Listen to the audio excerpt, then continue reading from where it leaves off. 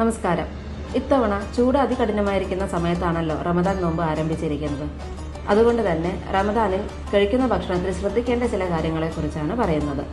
അത്താഴ സമയത്ത് നാം കഴിക്കുന്ന ഭക്ഷണം ആ ഒരു ദിവസത്തേക്ക് മുഴുവൻ വേണ്ട ഊർജം നിലനിർത്താൻ സഹായിക്കുന്നവയായി ക്രമീകരിക്കുന്നതാണ് നല്ലത്.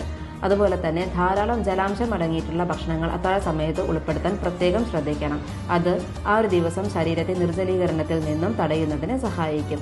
കൂടാതെ 2 മുതൽ 3 ഗ്ലാസ് വരെയെങ്കിലും വെള്ളം അത്താഴ സമയത്ത് കഴിക്കാൻ പ്രത്യേകം ശ്രദ്ധിക്കണം. പെട്ടെന്ന് ദഹിക്കാത്ത തരത്തിലുള്ള കോംപ്ലക്സ് കാർബോഹൈഡ്രേറ്റുകൾ അടങ്ങിയിട്ടുള്ള തവിട് കളയാത്ത അരി, ഗോതമ്പ്, ബാർലി, ഓട്സ് തുടങ്ങിയവ അത്താഴത്തിൽ ഉൾപ്പെടുത്തുന്നത് വളരെയധികം നന്നായിരിക്കും. അത് ആ ഒരു ദിവസം ശരീരത്തെ ഊർജ്ജസ്വലതയോടുകൂടി നിലനിർത്താൻ സഹായിക്കും. കൂടാതെ ഫൈബർ കണ്ടന്റുകൾ അടങ്ങിയിട്ടുള്ള പച്ചക്കറികൾ, ഇലക്കറികൾ, പഴവർഗ്ഗങ്ങൾ തുടങ്ങിയവ കഴിക്കുന്നതും വളരെയധികം നല്ലതാണ്. കാപ്പി തുടങ്ങിയ കഫീൻ കണ്ടന്റുകൾ അടങ്ങിയിട്ടുള്ള ഭക്ഷണങ്ങൾ മാക്സിമം കുറയ്ക്കാൻ ശ്രമിക്കുക. അതുപോലെ തന്നെ ഷുഗർ കണ്ടന്റുകൾ അധികമായി അടങ്ങിയിരിക്കുന്ന ഭക്ഷണങ്ങളും പാനീയങ്ങളും അത്താഴ സമയത്ത് കഴിക്കാതിരിക്കാൻ പ്രത്യേകം ശ്രദ്ധിക്കുക. ഇവ കഴിക്കുന്നത് ശരീരത്തെ നിർജ്ജലീകരണത്തിന് കാരണമായേക്കാം.